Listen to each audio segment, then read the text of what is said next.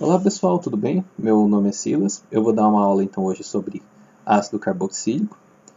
E é uma aula bem simples de entender, vocês só precisam prestar bastante atenção.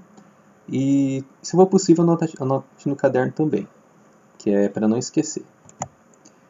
E onde está presente então o ácido carboxílico? Ele está presente no vinagre, na toxina da formiga, então, que é chamado de ácido fórmico. Quando a formiga pica você, ela libera uma toxina que causa alergia, então. Está presente também nas frutas cítricas e no leite. E o que é um ácido carboxílico? Ele é um composto orgânico e que o grupo funcional dele se chama carboxila. Essa é a representação então da carboxila. Nós temos aqui um carbono com dupla ligação no oxigênio, chamado de carbonila, e temos aqui também a hidroxila.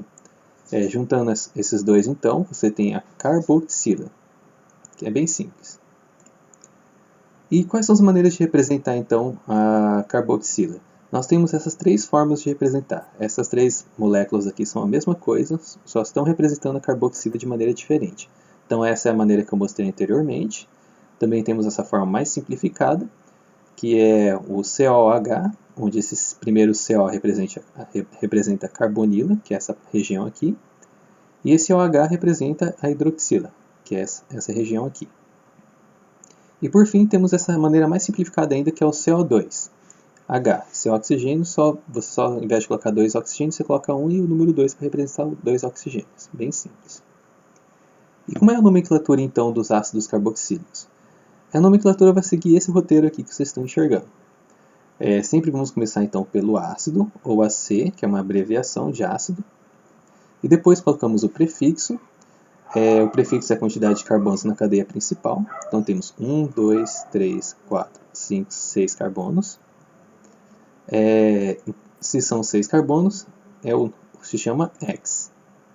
Depois vem o infixo. Então nós só temos ligações simples na cadeia. Então é AN.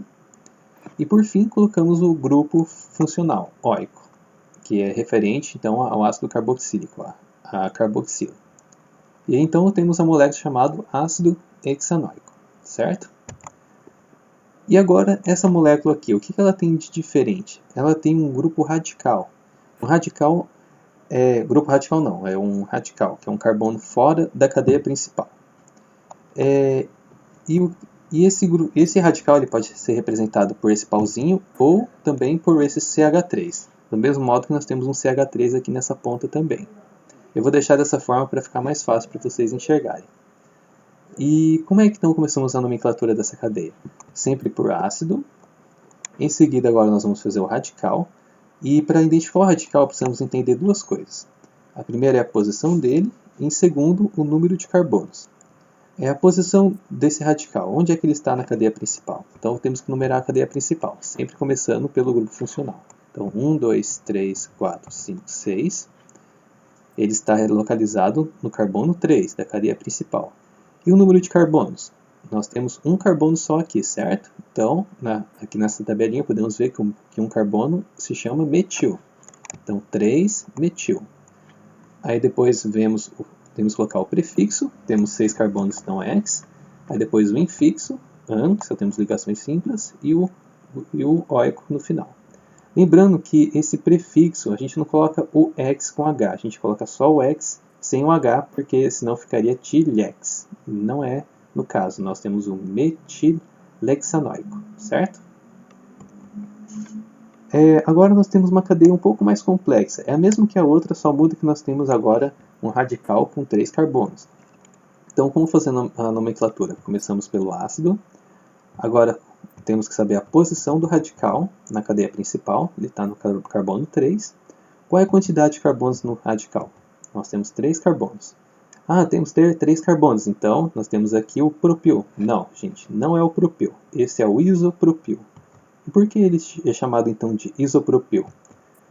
O propil ele é essa cadeia aqui, é um radical onde temos uma única cadeia com 3 carbonos. Já o isopropil ele divide esses carbonos, por isso que é chamado de iso. Iso significa meio. E por que eu estou mostrando isso daqui? Porque é muito raro você ter essa estrutura aqui. É muito mais comum você ter o isopropil, porque imagina só você carregando 2 sacolas pesadas. Não é muito mais fácil você dividir o peso entre cada mão do que você carregar todas essas sacolas numa mão só? É a mesma coisa aqui, você divide o peso de cada carbono, que cada carbono vai impactar o carbono 1. É muito mais estável essa estrutura do que você ter uma estrutura assim, onde um carbono carrega uma cadeia com mais 2 carbonos. Entenderam? É uma questão de estabilidade. E aí nós damos continuidade então. Vem então o prefixo X, que é a quantidade de carbonos na cadeia principal. Depois o infixo AN, que nós temos ligações simples, e o oico. Agora nós temos essa cadeia aqui. Nós temos uma ligação dupla. Começamos então pelo ácido. Aí fazemos a numeração da cadeia. A quantidade de carbonos do grupo radical. Então temos 3 etil, porque temos 2 carbonos. Então 2 carbonos se chama etil. E aí o prefixo X. E depois o 4N. Por que 4N? Porque o infixo, pessoal, o N é referente à localização da dupla ligação. Então ele está presente no carbono 4. Então 4 e aí o infixo N. E aí damos continuidade, só terminamos com oico. Então ácido 3-etilex-4-enoico. Só para facilitar para vocês, eu vou colocar aqui a cor de onde é que vem cada parte. Aí vocês podem pausar o vídeo e visualizar melhor, certo?